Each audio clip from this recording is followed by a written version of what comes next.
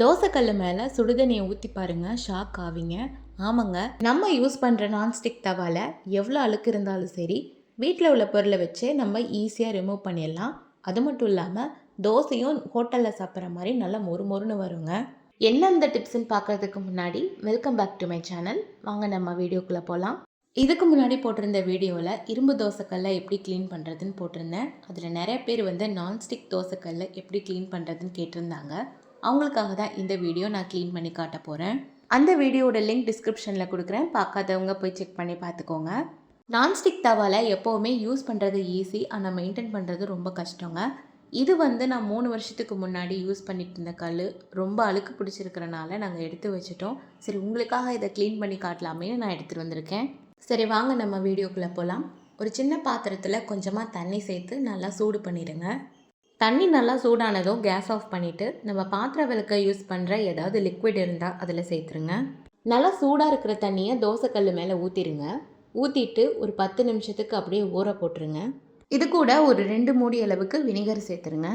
இந்த மாதிரி நம்ம பண்ணும்போது எவ்வளோ நாள் படிச்சிருந்த கரையாக இருந்தாலும் சரி, நம்ம தேய்ச்சி கழுவும் போது ஈஸியாக ரிமூவ் பண்ணிடலாம். தோசைக்கல் 10 நிமிஷம் நல்லா ஊறினதுக்கப்புறம் சைடில் உள்ள அழுக்கெல்லாம் இப்போ நம்ம ரிமூவ் பண்ணிடலாம். ஒரு பழைய டூத் ப்ரஷ் எடுத்துக்கோங்க. அதில் கொஞ்சமாக பேஸ்ட் வச்சு எங்கெல்லாம் எண்ணெய் கரை இருக்கோ அங்கெல்லாம் நல்லா தேய்ச்சி ப்ரஷ் பண்ணிடுங்க.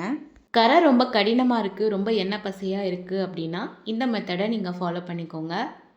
ஆல்ரெடி தோசைக்கல்லை நம்ம ஊற போட்டிருக்கிறனால இந்த மாதிரி ப்ரஷ் வச்சு தேய்க்கும் போது ஈஸியாக ரிமூவ் பண்ணிடலாம். அது மட்டும் இல்லாமல் ப்ரஷ் யூஸ் பண்ணும்போது நமக்கு தேய்க்கிறதுக்கு கொஞ்சம் ஈஸியாக இருக்கும்.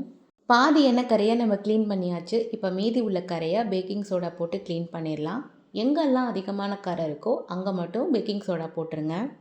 இப்போது கம்பி நார் எடுத்து எங்கெல்லாம் எண்ணெய் கரை அதிகமாக இருக்கோ அங்கே மட்டும் நல்லா தேய்ச்சி க்ளீன் பண்ணிடலாம். எப்போதும் நான்ஸ்டிக் தவாவை க்ளீன் பண்ணும்போது சென்டரில் மட்டும் அழுத்தம் கொடுத்து தேய்ச்சிடாதீங்க. அதோட இனாமல் கோட்டிங்கெல்லாம் போயிடுச்சுன்னா நான்ஸ்டிக் தவா சுத்தமாக வேஸ்ட்டாக போயிடும். தோசைக்கல் ஓரமாக இருக்கிற எண்ணெய் பசையெல்லாம் இப்போ நம்ம க்ளீன் பண்ணி எடுத்தாச்சு. இப்போ இதே மாதிரி தோசைக்கல்லோட பின்பக்கத்தையும் நம்ம க்ளீன் பண்ணி எடுத்துடலாம். கரை எங்கெல்லாம் அதிகமாக இருக்கோ அங்கே கொஞ்சமாக வினிகர் சேர்த்துருங்க. அது கூட கொஞ்சமாக பேக்கிங் சோடா சேர்த்து நம்ம நல்லா ஸ்க்ரப் பண்ணி எடுத்துடலாம். தோசைக்கல்லோட முன்னாடி பக்கத்தை எந்த அளவுக்கு பார்த்து நம்ம க்ளீன் பண்ணோமோ அதே மாதிரி தோசைக்கல்லோட பின்னாடி பக்கத்தையும் நம்ம க்ளீன் பண்ணணும்.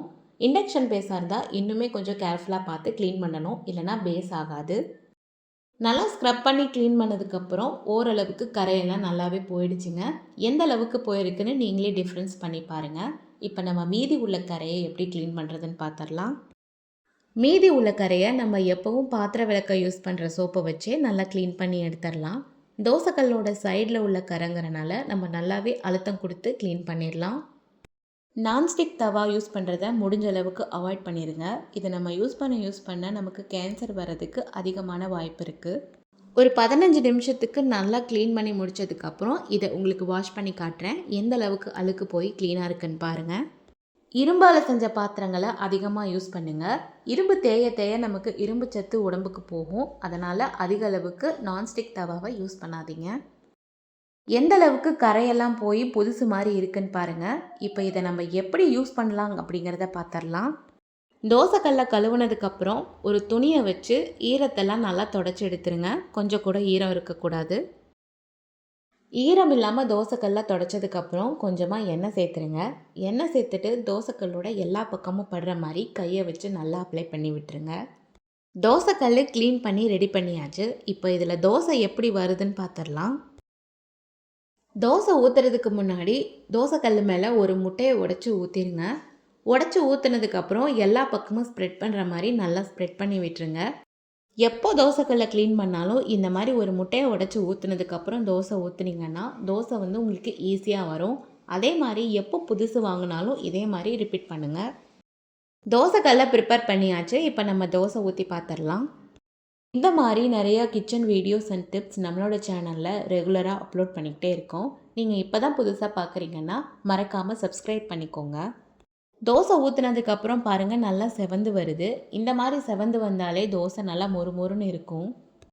பாருங்கள், தோசை நல்லா மொறு மொறுன்னு ஹோட்டலில் சாப்பிட்ற மாதிரி சூப்பராக இருக்குது. நான்ஸ்டிக் தவாவை நீங்கள் அடிக்கடி கழுவக்கூடாது. கழுவுனிங்கன்னா அதோட லைஃப் போயிடும். ஒரு தடவை 2 தடவை மட்டும் கழுவுங்க, இல்லைனா கல்லை மாற்றிடுங்க. வீடியோ பிடிச்சிருந்தா லைக் பண்ணுங்கள். இதே மாதிரி நிறைய வீடியோஸை நம்மளோட சேனலில் தொடர்ந்து பாருங்கள்.